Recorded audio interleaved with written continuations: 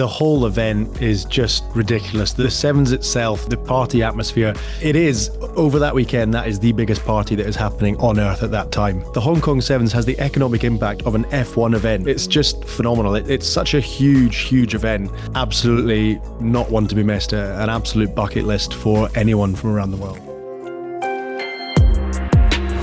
Hello, it's Tank Talks Asia. I'm not Manisha Tank. I'm actually Andrew Clark, and I'm stepping in for Manisha whilst she's on holiday. From me and the team at the AsiaWorks studio here in Singapore, a warm welcome. Now, if you've ever been to a Rugby Sevens tournament, you'll know it's an adrenaline-filled experience. And here in Asia, one event towers above the rest, the Hong Kong Rugby Sevens, which is celebrating a massive milestone this year, its 50th anniversary. Picture it. Roaring crowds, music blasting, and a stadium that seems to shake with every try. Or maybe that's just the legendary South Stand. We'll get to that. But this isn't just rugby. It's a world-class sporting spectacle and family event rolled into one. Now in its second year and its new home at Kai Tak Stadium, the party's only getting bigger. So, what makes the Hong Kong Rugby Sevens so iconic? To find out, we're joined by two personalities from Hong Kong China Rugby. Jon Pallett, Head of Communications, and Jamie Farndale, General Manager for Club Development and Sustainability, and also he's a former Scotland Sevens captain. Now, full disclosure here, I'm a little biased when it comes to all of this because I'm Scottish and therefore a long-suffering Scotland rugby fan, and I grew up in Hong Kong. So the first Hong Kong Sevens that I went to was about 40 years ago. Jon and Jamie, welcome. It is an absolute pleasure to have you on the show. I think that what we need to do is to jump straight into a little bit for our viewers to tell us a bit about what the game of sevens is all about. And I think there's no better person to tell us about that than Jamie, because you are a former player of the game itself. Yeah, absolutely. First of all, thank you so much for having me on. Sevens is a game I've spent the last 13 years really playing professionally, so picked up a little bit of what sevens is about. It was invented in Scotland, down in Melrose. I think it was Ned Haig, who was the local baker, who put on a tournament to raise a bit of money, and that format has just grown and grown over the years. Effectively, it's not too complicated. It's more or less the same rules as 15s. You just remove 8 players from the pitch. So as a player, it's a lot harder to play. You have to pass a lot longer. You've got to defend much bigger space. The fitness aspect is absolutely brutal. You've got to be an absolute athlete to play it. I remember there was an opinion piece before the Olympics, I think, where someone described it as being in a washing machine. And it was sort of this idea of getting absolutely battered on the field, tackled and tackling and running 100 meters for a turnover. And you go the length of the field the other way and everyone's just out on their feet. It's a phenomenal spectacle to play, but absolutely to watch as well. And Jon, why is sevens become this globally popular sport? Well, firstly, thanks for having me on. I think as a fan, what really attracts fans to the sevens is that we can have up to 24 teams playing on any given day. So at the Hong Kong Sevens, 24 teams will take part, who all bring a different style of play, different energy, and who bring a different fan base. So it really becomes a festival of rugby. Because we're only working to 14-minute games, we can actually have our entertainment in between the games. So while the fans come and appreciate the rugby, we can also regularly entertain them with different entertainment acts, different activations, different things to fill the field of play. So it all helps us to build a real party atmosphere. Just ahead, how kids are stepping up to shape the future of the Hong Kong Sevens.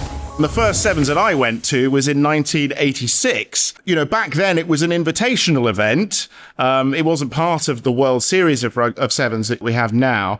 But that event was definitely an amazing festival of rugby with obviously teams from all over the world, but also at the same time a real sort of festival atmosphere with pipe bands and processions around the pitch. And we all played mini rugby as kids back then. And I think that one of the big things was being able to play mini rugby in the centre of the pitch halfway through. I think it was the Saturday of the event. We still have that minis aspect. So in the domestic team, we're helping organise, get 3,000 minis kids down onto the pitch. They march around. At the same time, our headline act is bringing a stage onto the pitch that they set up. I think it's Venga Boys this year. They play to the stadium with all these kids marching around. It's just chaos, but what a day. It's just phenomenal. Jon, what's so special about the Hong Kong Sevens?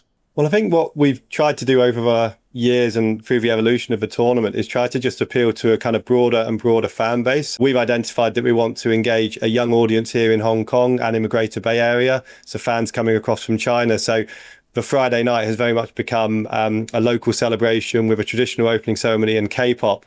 And then on the Saturday, we kind of migrate across into party mode. As Jamie mentioned, we've got the Venga Boys, and then we have a popular DJ on the Saturday evening. And on the Sunday, we traditionally have a rock band and a kind of more of a sing-along vibe. So I think what happens in Hong Kong is every hour of the Sevens is different. And I think that what you're talking about there is really fascinating, because obviously that spectator experience has really evolved since certainly when I was a kid back in 1986. It was an event that was largely for the expat community in Hong Kong. It was their big weekend. It was a big fixture of the year.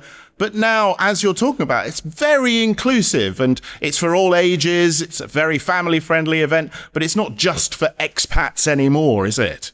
No, and I think we're quite careful with our marketing. We have some adverts where it's a group of young people in fancy dress drinking beers in the South Stand, because we know that's a certain percentage of our demographic and our target demographic, and we don't want to lose those fans.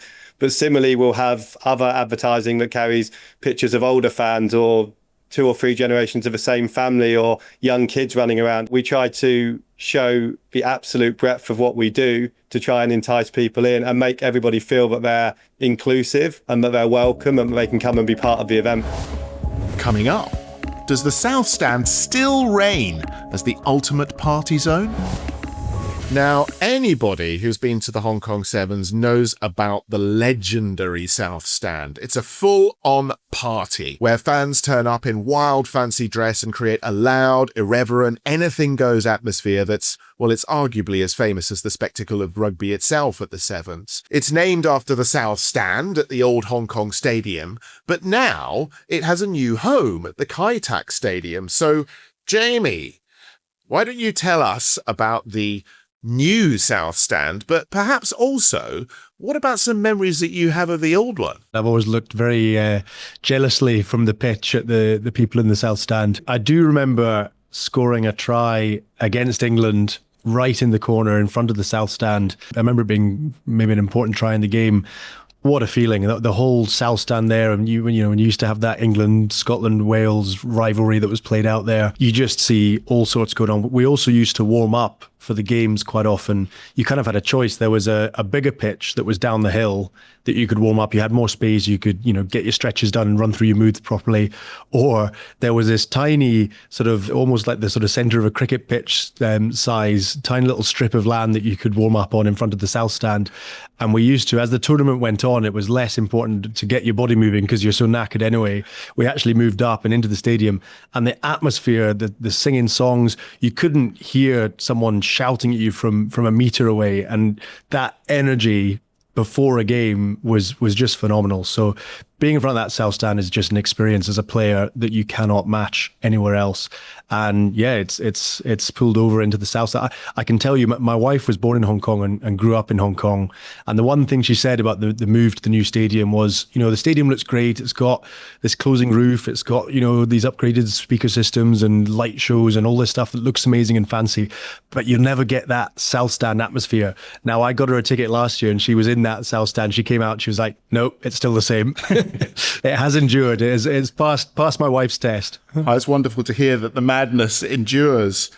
But besides all of the madness there at the stadium and the spectators, obviously back to the Festival of Rugby. It is all about rugby. Jon, tell us a little bit about Hong Kong China Rugby and what role you are playing with Hong Kong China Rugby in helping the Hong Kong Sevens develop. Yeah, so the Hong Kong China Rugby is the union for rugby in Hong Kong and has delivered this event now for 50 years. But our real brief all along is to use rugby to inspire the next generation of kids to get into the sport. So the Hong Kong Sevens over 49 years now has been great at doing that. But we also have a clear brief outside of men's and women's sevens, but also men's and women's 15s rugby, our pathways, a member community and youth and mini game that Jamie and his team oversee. So yeah, I think for us, it's about the more successful the sevens is, the more tickets we sell, the more international fans we bring in, the bigger our reach on social media, the bigger partners and government partners that we attract. It just all helps us to put rugby front and centre, not only in Hong Kong, but also into China. So we're always looking at what opportunities do we have to make the event bigger and better year on year. Coming up, how the Hong Kong Sevens packs the same economic punch as Formula One. You guys did a study, didn't you, recently, and found some pretty awesome stats out of it? Yeah, we did. So we did the economic impact, which Nielsen produced for us, and they found an economic impact of, I think, $97 million US. So that puts us right up there in and around international competitions, world championships in sports and Formula One, which a lot of people see as the very top event to bring into your city for the weekend. What we found in that research was but a lot of fans that come in from what I call the global rugby core markets, so Europe, North America, Australia, New Zealand, South Africa, they're coming into Hong Kong for 5, 6, 7 days. So this is people making a bucket list trip. They see it as an iconic event and they're going to come over, take a week off work, buy a flight, buy a hotel, but they're also going to spend 3 or 4 additional days in Hong Kong. So that's all of the great tourist attractions that Hong Kong offers. But also during Sevens Week, there's a lot of activity in and around the Sevens, which is essentially a whole calendar of activities that rugby fans would like to engage with. A question for both of you then, in terms of the international attraction of the Hong Kong Sevens. Jamie first, what would you say to convince someone it's worth the trip if they've never been to the Hong Kong Sevens before? The whole event is just ridiculous. The Sevens itself, the party atmosphere, it is, over that weekend, that is the biggest party that is happening on earth at that time. It's phenomenal what Jon said. The Hong Kong Sevens has the economic impact of an F1 event. It's just phenomenal. It's such a huge event. Absolutely not one to be missed. An absolute bucket list for anyone from around the world. And Jon, if I was to say, I've never been to the Hong Kong, so I don't know, I've never heard of this thing before, what would you say to me to convince me? I think the thing with the Hong Kong Sevens, and if we're talking about a global sporting event that's iconic, it's very much up there with a Monaco Grand Prix, a Super Bowl, a Wimbledon final. So not only are you coming and having a great 3-day event, but you've got the whole of Hong Kong really excited to welcome the fans. And actually, we sometimes say that it's akin to Mardi Gras. So if Hong Kong had a Mardi Gras, it would be the Sevens. Yeah, I think that I can see that as well. Definitely the Mardi Gras type of atmosphere that the Sevens brings with it. And then, of course, you've got the whole of Hong Kong to explore as well. What type of thing would you encourage that visitor, Jamie, to do in Hong Kong outside of the Sevens? It's actually quite a funny time for you to ask me. I just had a couple friends of mine from school came out and stayed 4 days with me. And as they left the same day, a couple of my wife's friends came and stayed. So we just about repeated the same sort of itinerary. But very much based around food, street food, just phenomenal, going out and having breakfast at a sort of local restaurant and then going for dim sum, getting the Star Ferry across. There's up on the peak, the views are just phenomenal. There's just so much to fit in. It's a city where you've got nature, you've got the hustle bustle, you've got the busyness. I'm very lucky to call it home. Would that be the same for you, Jon, or any other nuggets? I think it would be. I think Jamie's stolen my notes, but I think for me it's old meets new.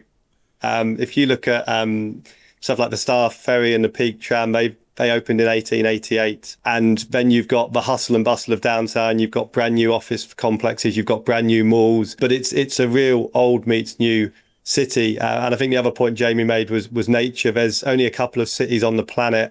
I think Cape Town is one, and Rio is one, where the city is completely surrounded by nature. So I could leave the office here and in 20 minutes I could be up in the forest looking down on the top of the skyscrapers. And that's always the iconic skyline shot. We often use that shot when we do the captain's photo before the sevens. We'll either take people out on the ferry so we get a view of the skyline from the water, or we'll take them up high into the hillside so you've got the view from above.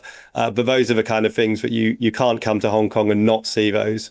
So let's move into the importance of this 50th. I can't believe it's the 50th anniversary of the Hong Kong Sevens. I think that one thing which I'm really interested in. So Jamie, I'm really keen to find out from you how that experience for the players has evolved. You started playing 10 years ago in the Hong Kong Sevens, and I'm sure that was a very different experience to what it is like now, especially in this 50th anniversary year. It was. Back when I first started, there were 16 teams. It was, for example, wherever we went, it was the Kenyan supporters that were the loudest. Wherever you went, it was phenomenal. They were sort of everyone's second favourite team. I was there when the women's game came into the sevens, and watching the growth of that has just been phenomenal. Because for me as a player, I was used to being part of this sort of male approach to sport, and you'd see everyone lining up in the tunnel ready to go out with sort of serious faces and all this sort of anger ready to unleash on the pitch.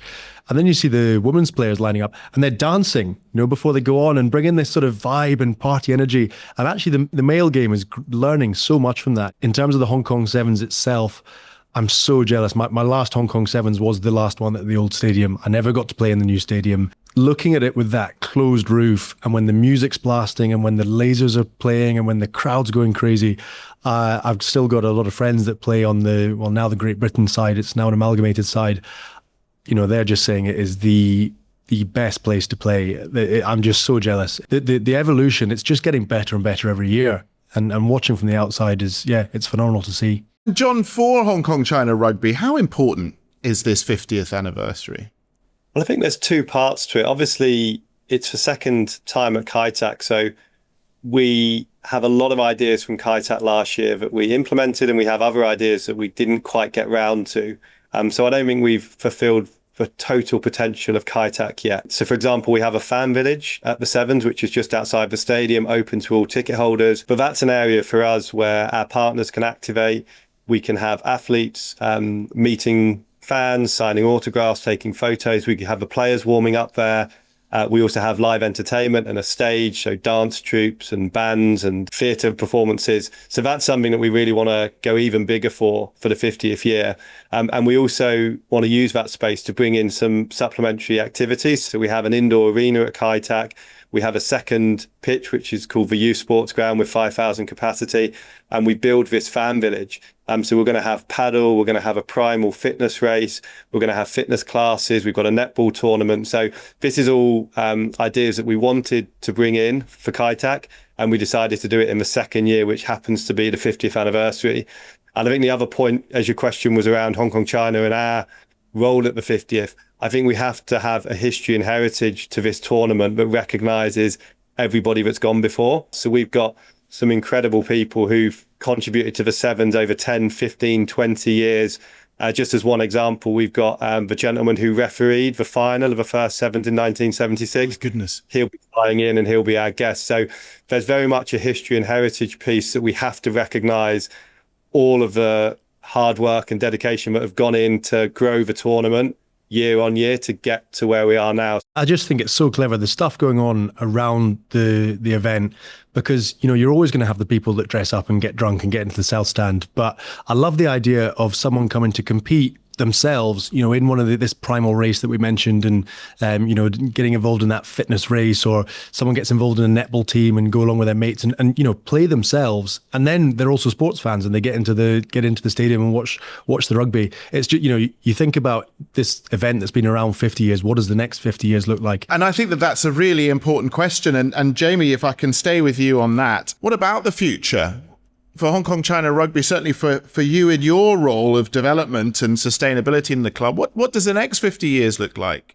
It's a really exciting time for Hong Kong China Rugby. Everyone thinks of Hong Kong China Rugby as the Sevens itself, but there's so much going on around it. And working in the domestic team, we've got I think that this year it was 10,201 players registered to play across Hong Kong.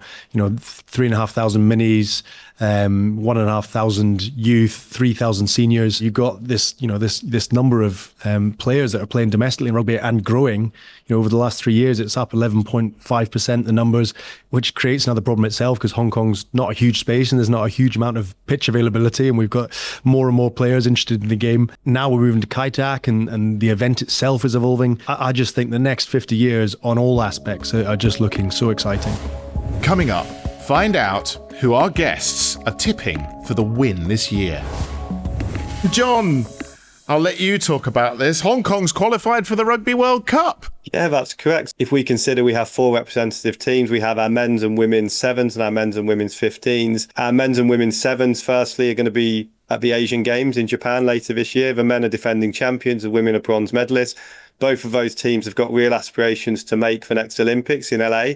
And then if we look at our men's 15s, they've qualified for the Men's Rugby World Cup for the very first time. So they'll be heading to Australia at the back end of 2027. The pool's already been drawn. They're going to play Australia, the host, on opening night. They have a game with Chile and then a game with New Zealand.